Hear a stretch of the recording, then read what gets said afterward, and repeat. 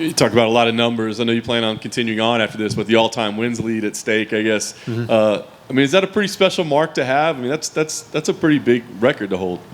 Well, I've never held it, so I really don't know. So, yeah, it's cool. Like, as an active fighter, I don't really think about it. To be perfectly honest, the last 39 fights have kind of been a little bit of a blur. With family and just some of the other bullshit that I've dealt with outside, and then training camps and fighting, and I get very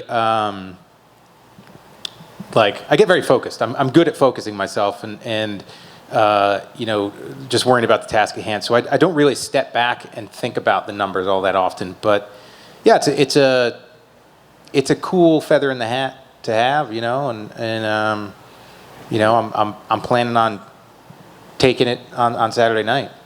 Was this a fight that you wanted over the years that you got to have that one back? There are a few more that kind of rank up there. I'm not the type that looks back, and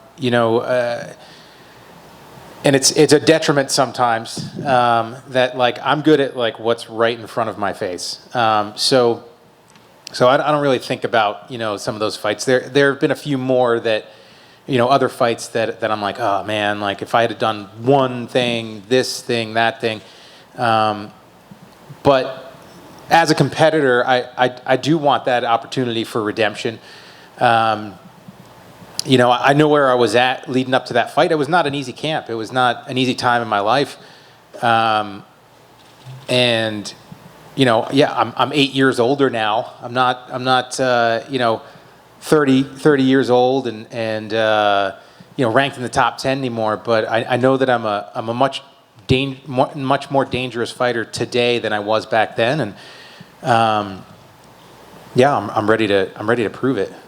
I like it. Last thing for me, I guess, what kind of fight do you think we see? I mean, you two crafty veterans in there. Do you think it's going to be a back and forth battle, or you've shown the ability to get things done too? I don't really.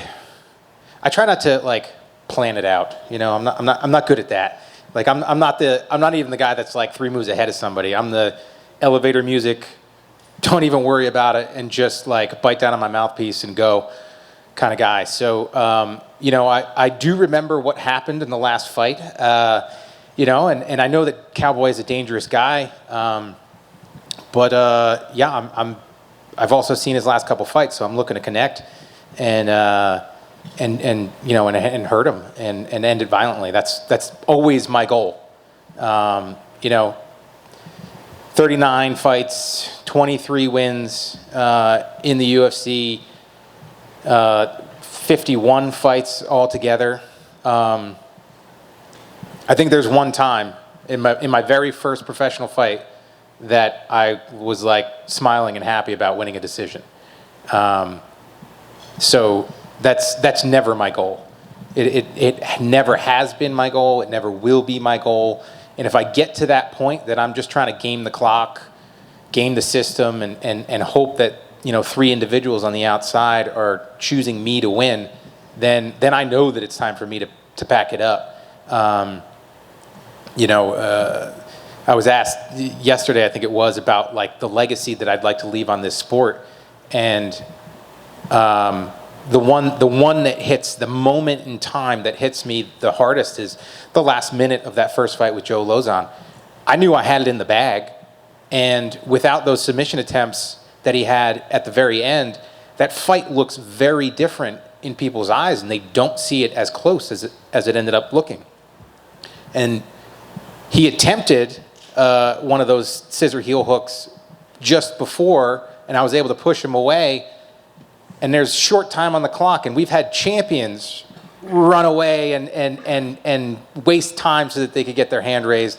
And I continued forward, exhausted, because there was still time on the clock, and I wanted to either choke him unconscious or knock him unconscious, even though I love Joe. It gave him the opportunity to attack me, and for the fight to end in a more dramatic fashion. It might have been stupid. It might have been, poor fighter IQ and gamesmanship, but that's Jim fucking Miller. And I won't have it any other way. So I'm going out on Saturday to dominate, and that's always the goal.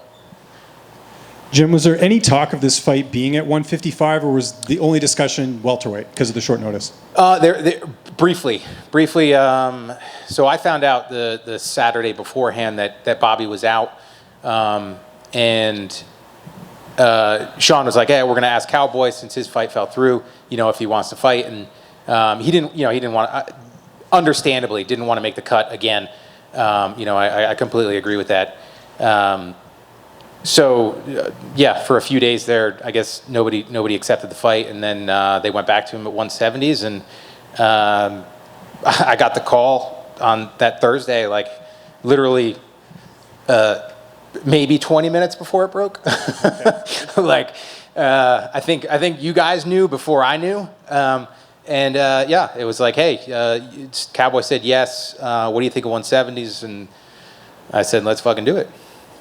How much weight do you have to cut? Do you have to cut much to get to 170?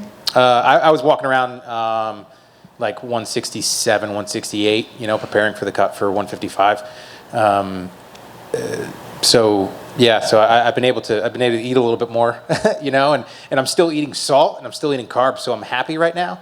Yeah. So, do you think we'll see a better fight just because there isn't the weight, the depletion, and both of you are, you're healthy, you're eating a lot. Like, do you think this could be even better, than what would be expected at 155?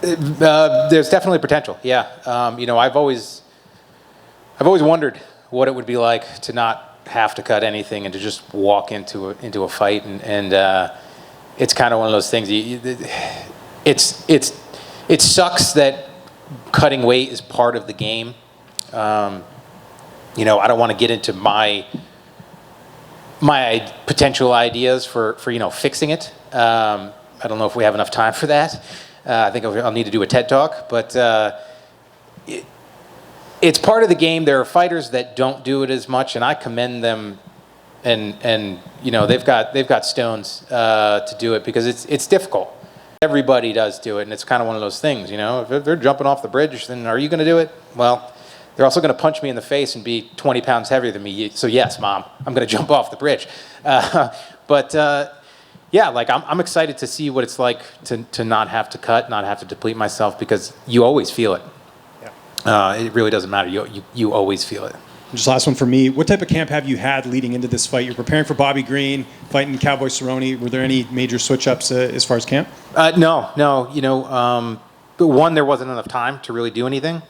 And two, I don't really focus on my opponents.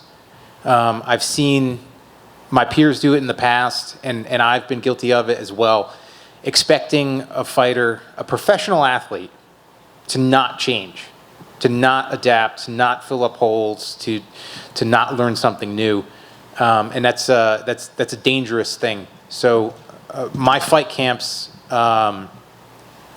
it's like 90%, 95%, me just getting ready, working on my weaknesses, and making sure that my strengths are as strong as they can be, being in good shape, being healthy, so that I'm ready on fight night. Because push comes to shove, if I can make anybody in the world fight a Jim Miller fight, I can beat them.